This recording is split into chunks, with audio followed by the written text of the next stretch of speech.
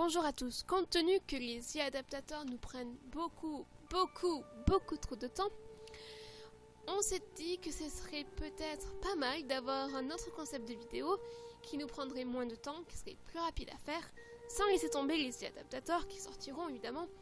Mais disons que c'est mieux d'avoir un autre format de vidéo nous permettant tout simplement d'en sortir plus régulièrement. Parce que les IA adaptateurs, le temps du tournage, de l'écriture, du montage, ça prend énormément de temps. Et comme on est tous les deux encore à l'école, on peut pas faire que ça, c'est pas possible.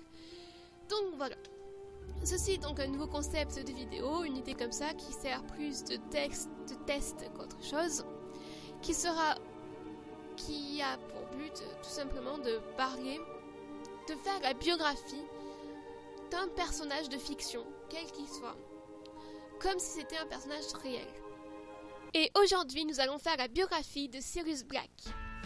Alors, pour ceux qui ne le savent pas, bon déjà vous ne devez pas être très nombreux, Sirius Black, c'est qui? Sirius Black est un personnage qui a été créé par J.K. Rowling dans sa saga Harry Potter. Et c'est un personnage qui est très apprécié par les fans, et que vous connaissez souvent et surtout à travers les traits de Gary Oldman. Alors, c'est le 3 novembre 1959 que naît Sirius Black. Il est le fils d'Orion et Vabulka Black. Il a également un frère plus jeune que lui, Argustus Ruculus. En septembre 1970, à l'âge de 11 ans, pendant son trajet dans le Poudlard Express pour sa première rentrée, il rencontre James Potter. Ils deviennent très vite meilleurs amis. Un peu plus tard, il rencontre Remus Lupin et Peter Pettigrew, formant ensemble le groupe des Maraudeurs. Il devient très vite l'un des élèves les plus brillants de l'école avec James. Il se montre souvent arrogant et haineux, surtout envers Severus Rogue, élève comme lui à Poudlard. En 1974, alors âgé de 15 ans, il devient un animagus, pouvant se transformer en chien. Un peu plus tard, tous les quatre créent la carte du maraudeur. En 1975, à 16 ans, il s'enfuit de la maison familiale car il ne supporte plus sa famille. Il va donc se réfugier chez les Potter qui le considéreront comme leur second fils. Cependant, sa mère le renie de la maison des Black et l'efface de la tapisserie représentant l'arbre généalogique de la famille. Un an plus tard, en 1976, il finit ses études. Sirius s'installe seul dans une maison grâce à l'aide de son oncle Alphard. Une fois adulte, il est le témoin du mariage de James Potter et Lily Evans. En 1980, Harry Potter voit le jour et Sirius est choisi pour être son parrain. Mais la guerre contre Voldemort a commencé. Les maraudeurs rejoignent l'ordre du Phénix. La famille Potter se retrouve en danger car Voldemort cherche à tuer Harry. Il se cache à Godric Hollow grâce au sortilège de Fidelitas et demande à Sirius d'être leur gardien du secret. Mais Sirius refuse car il trouve l'idée trop évidente et conseille à James de plutôt choisir Peter. Mais Peter trahit les Potter.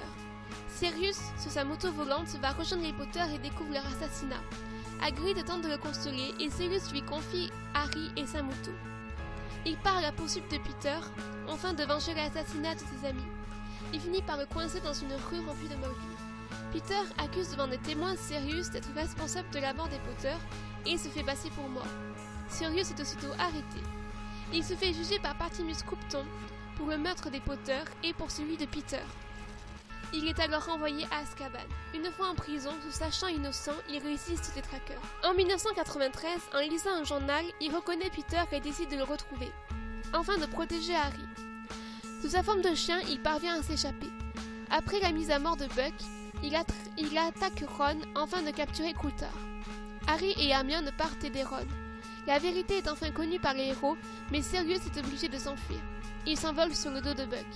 Il se cache d'abord dans une zone tropicale. En 1994, quand Harry lui parle de ses rêves inquiétants et des événements de la Coupe du Monde de Quidditch, il décide de revenir à Poudlard, se cachant dans une grotte afin de le protéger. Il conseillera Harry tout au long de l'année.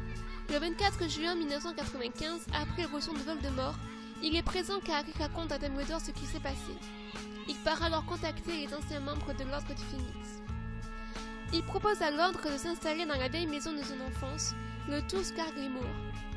Sa tête étant mise à prix pour 10 000 galions, et les Mange-Morts connaissant son statut d'animagus, il est obligé de rester dedans. Pendant toute l'année, il décide d'aider Harry. Il le tient au courant de presque tous les plans de Voldemort et l'encourage à créer l'armée de Dumbledore, risquant même de se faire capturer par Dolores Sombrage. À la fin de juin 1996, Voldemort envoie à Harry une fausse vision où il lui montre Sirius prisonnier et torturé au ministère de la Magie pour que Harry aille le sauver. Grâce à Rogue, il qui donne l'alerte à l'ordre, Sirius part avec les autres membres aider Harry. Sirius affronte deux Mange-Morts puis Bellatrix Lestrange, sa cousine. Ils se battent à côté d'une arche devant laquelle pend un voile. Bellatrix se lance un sort à Sirius qui tombe derrière le voile, mourant. Il meurt le 17 juin 1996. Passons maintenant aux anecdotes. Dans le livre, la mort de Sirius est assez étrange. Il peut à la fois avoir été touché par le sortilège de Bellatrix, le sort lancé n'étant pas précisé, tout comme il a pu mourir du fait d'avoir traversé le voile. Le coffre de Sirius à Gringotts était le numéro 711. Dans la version originale du livre, c'est à la page 711 qu'il meurt. Dans le troisième film, il est enfermé en haut de la tour noire, alors que dans le livre, c'est dans le bureau de Flitwick. Dans le cinquième film, la cause du décès est très nette. C'est Bellatrix qui le tue avec un sort de la mort. Daniel Radcliffe, l'interprète d'Harry Potter, et Gary Oldman avaient la même relation entre eux que leurs personnages. Merci à tous d'avoir regardé cette vidéo. Je vous encourage vivement à mettre un pouce bleu, à partager, réseaux sociaux, tout ça. Mais surtout à me dire dans les commentaires quel personnage, quel personnage, que ce soit de livres, de jeux vidéo, de films ou je ne sais quoi d'autre, vous voulez que je parle et dont je fasse la biographie. Je vous laisse le choix, à vous de voir.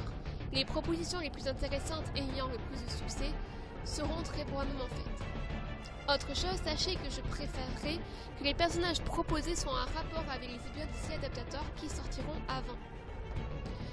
Et c'est d'ailleurs pour ça que j'ai fait Sirius Black, vu que nous avions parlé de Harry Potter. La deuxième vidéo de The Adaptator parlera également d'Harry Potter, vu que comme vous l'aurez compris, ce sera la deuxième partie de Harry Potter et la Coupe de Feu. Aussi, le prochain épisode de biographie se fera sûrement sur un autre personnage d'Harry Potter. Sur ce, à votre imagination. Ciao!